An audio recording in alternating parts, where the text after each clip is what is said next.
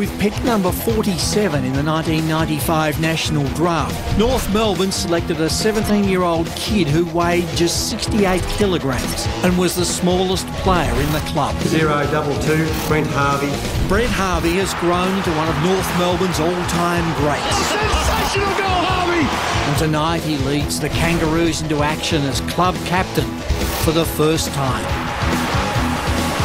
When Chris Judd arrived at Carlton a year ago, he brought hope, enthusiasm and 2 dodgy groins. He's not right, Chris Judd, we know that.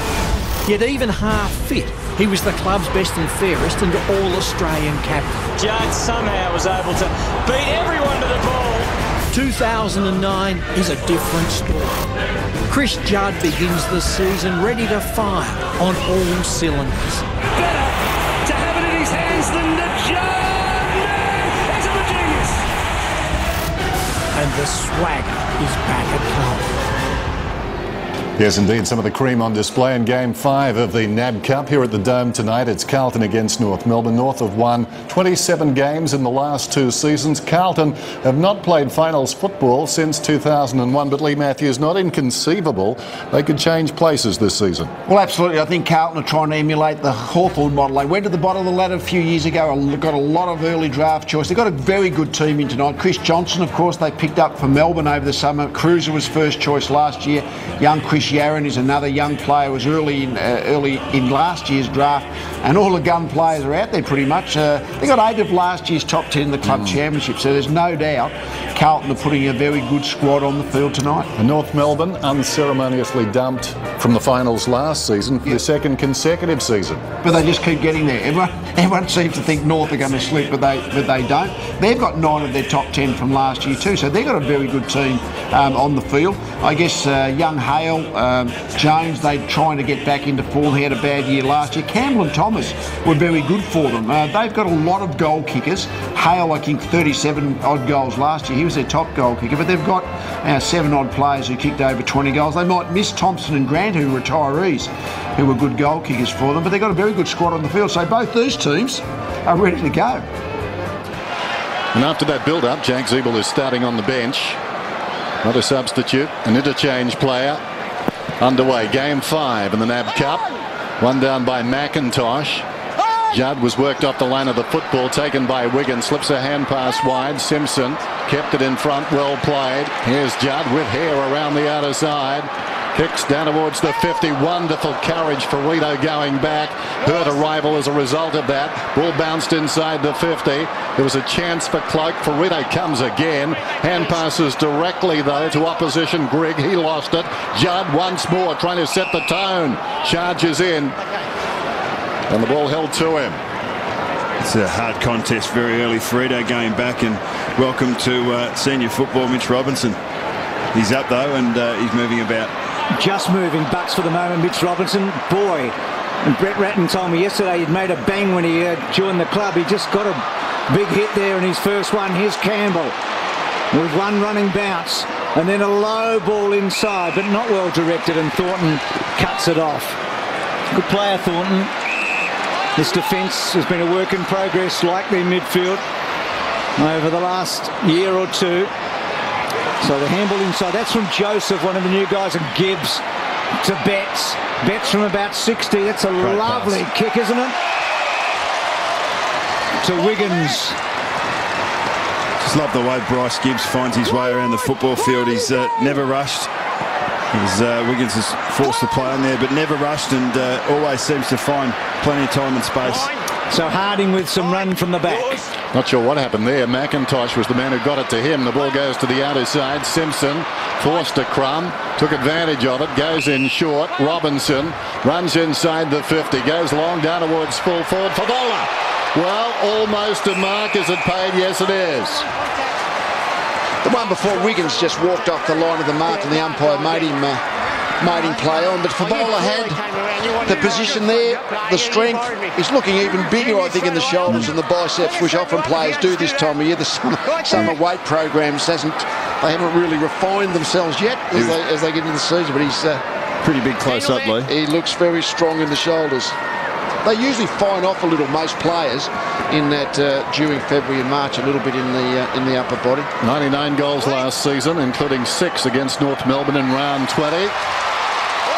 Steers this one home. The 6-pointer.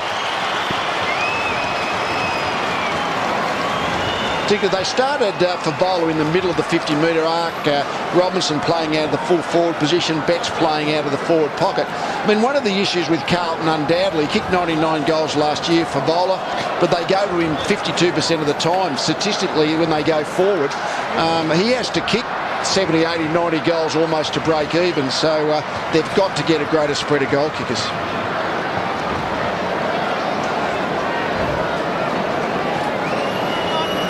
Well, the last time he played, if he kicked one more goal here at the Dome, it would have been that magical number, wouldn't it? Only took him another 3 minutes. He's off to a fast start. And so are the Blues, who have done most of the attacking. Contest. McIntosh and Jacobs. So Judd, a clearance. Oh, well done by Grigg. That was clever. Did very well. And then Big Jacobs was fending off, and the Blues inside 50 again, and Betts has got it. Good mark out in front. He doesn't take many overhead marks in the contest, Betts, but he was nice and strong there on the move. Wiggins, Betts, Favola and Robinson have all taken a mark inside 50. They've shed it around fairly well. He's had a couple of very solid years, Betts, and he's timed that pretty well. Just missing. He ran out to get a bit of extra distance, which a lot of players do, and he just gave it a bit of a hook. It's just 22, Betts. He's played a lot of footy and kicked a lot of goals. Yep. Can't remember whether Carlton played the 18-mean zone against the kick-in last year, but they certainly are tonight, which we've commented on. The majority of teams are going to now to defend the kick-in. Pratt from half-back drives it around the outer side wing. Carlton with the numbers. Thornton with the fist. Puts it out of bounds. So boundary throw in. Carlton lead it by 7. The early going on Friday Night Football. The coach coaching. Hasn't been the case generally during the pre-season. Lower, got it to Harvey. Swings it inside the centre square. Judd once more.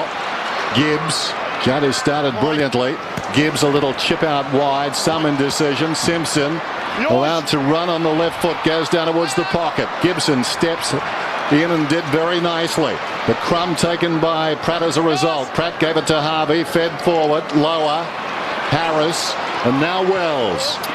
And that's a probing kick and a good one to Hale, who was not a revelation so much in the second half of last year, but became a big goal kicker, didn't he? Well, he's a ruckman size, almost 200 centimetres, and he's one of the rare players of that size who looks like he just might be able to make it as a permanent key forward. He moves really well for a bloke of that size. And I think any forward, no matter what size you are, is going to enjoy that sort of rebound. Through the middle of the ground, it was very quick from Josh Gibson's spoil here. 40 metres out from Carlton's goal, they were able to turn it around and get it back into their scoring zone very quickly. It was in good hands with Wells, and pretty good hands, you'd think, with Hale. He converted 66% of the time from set shots last year, and he starts with a goal.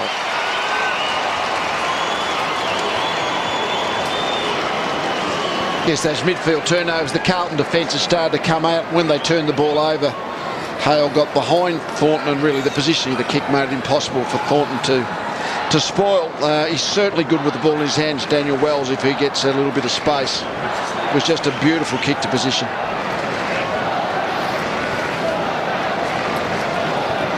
Interesting there, because you want your defenders playing in front of the forwards, but when you get caught in front in that situation, it's pretty dangerous. Marquee matchup early in this game. Gibbs was playing out here on the wing against Harvey. Gibbs is still on the wing. Wells has gone to him, but Gibbs looks to be playing the defensive winger type role. So he was hanging out here on the wing on his own, and it will be a matter of how much damage he can do with the ball, whether or not North Melbourne change their plans. Cruiser did well. Judd again, his 4th possession inside the attacking 50. Gibson did well, kept his head. Petrie, Thompson's in trouble. Hand pass to no one in particular. Taken down very strongly by Houlihan. There's a free kick on the second tackle, I think. A couple of Carlton players going hard at McMahon. Early days, but the way Judd accelerated through the 50-metre line there was a little better than he was doing this time last year. That osteitis might have finally deserted him. Wells to Petrie, and that's going to be 50, is it? No.